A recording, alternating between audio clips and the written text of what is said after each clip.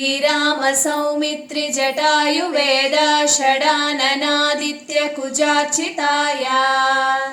श्रीनीलकण्ठाय दयामयाय श्रीवैद्यनाथाय नमः शिवाय गङ्गाप्रवाहेन्दुजटाधराय त्रिलोचनाय स्मरकालहन्त्रे समस्तदेवैरभिपूजिताय श्रीवैद्यनाथाय नमः शिवाय भक्तप्रियाय त्रिपुरान्तकाय पिनाकिने दुष्टहराय नित्यम् प्रत्यक्षलीलाय मनुष्यलोके श्रीवैद्यनाथाय नमः शिवाय प्रभूतवातादिसमस्तरोगप्रणाशकर्त्रे मुनिवन्दिताय प्रभाकरेन्द्वग्निविलोचनाय श्रीवैद्यनाथाय नमः शिवाय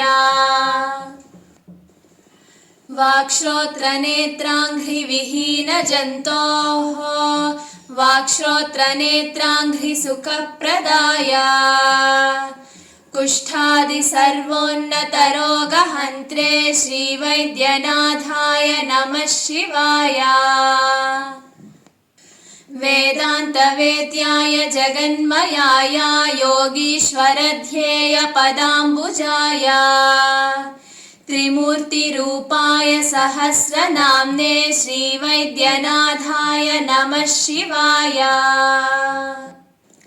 स्वतीर्थमृद्भस्मभृताङ्गभाजां पिशाचदुःखार्तिभयापहाय आत्मस्वरूपाय शरीरभाजां श्रीवैद्यनाथाय नमः शिवाय श्रीनीलकण्ठाय वृषध्वजाय स्रग्गन्धभस्माद्यभिशोभिताय सुपुत्रदारादिसुभाग्यदाय श्रीवैद्यनाथाय नमः शिवाय बालाम्बिकेश वैद्येश भवरोगहरेति च जपेन्नामत्रयं नित्यं महारोगनिवारणम्।